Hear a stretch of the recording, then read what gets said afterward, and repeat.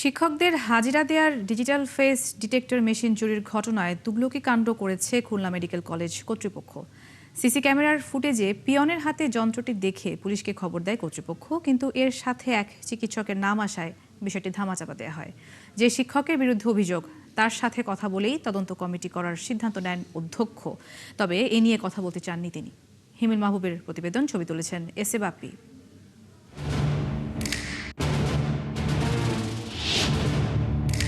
ঘটনা 18 মে সোমবার খুলনা মেডিকেল কলেজে শিক্ষকদের হাজিরায় ব্যবহৃত ডিজিটাল ফেস ডিটেকশন মেশিনটি চুরির ঘটনা ঘটে।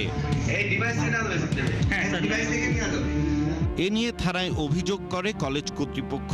সিসি ক্যামেরার ফুটেজে এক কর্মচারীকে শনাক্ত করা হয়, তাকে পুলিশের হাতে হস্তান্তরের সিদ্ধান্ত নেয় কর্তৃপক্ষ। আজকে আমাদের একটু একটা চুরি হয়েছে, আমাদের ফেস ডিটেকশন মেশিন। তবে পিয়ন কাউসারকে প্রাথমিক জিজ্ঞাসাবাদে তিনি জানান যন্ত্রটি তিনি নন, খুলেছেন হাসপাতালের কার্ডিওলজি বিভাগের প্রধান ডাক্তার মোস্তফা কামাল। ফোটানোর ঝামেলা ছাড়াই নিরাপদ পানির জন্য ঘরে আনুন পিওরিট। কল করুন 16627।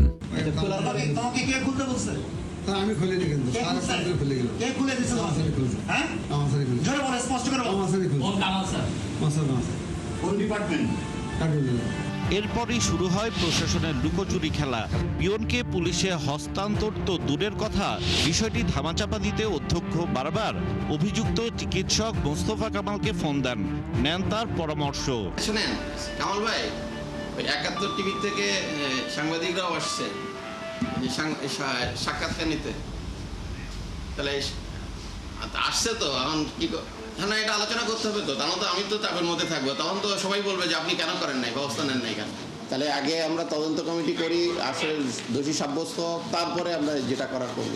তদন্তের দোহাই দিয়ে সাংবাদিকদের বিদায় করা হয়, এমনকি ফেরত পাঠানো হয় পুলিশকেও।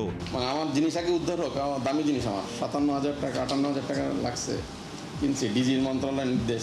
কোনো কথা বলার দরকার নেই, আপনি কোনো কথা বলবেন, আমি ওনাকে হেল্প করবে শুধু কোন জায়গায়। এ বিষয়ে জানতে ডাক্তার মোস্তফা কামালের কক্ষ বিভাগে গিয়ে তাকে পাওয়া যায়নি।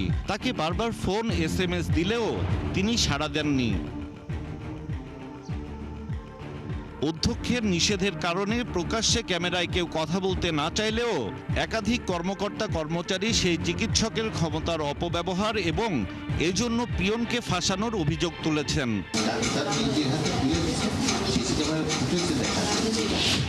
হিমেল মাহবুব, 71, খুলনা।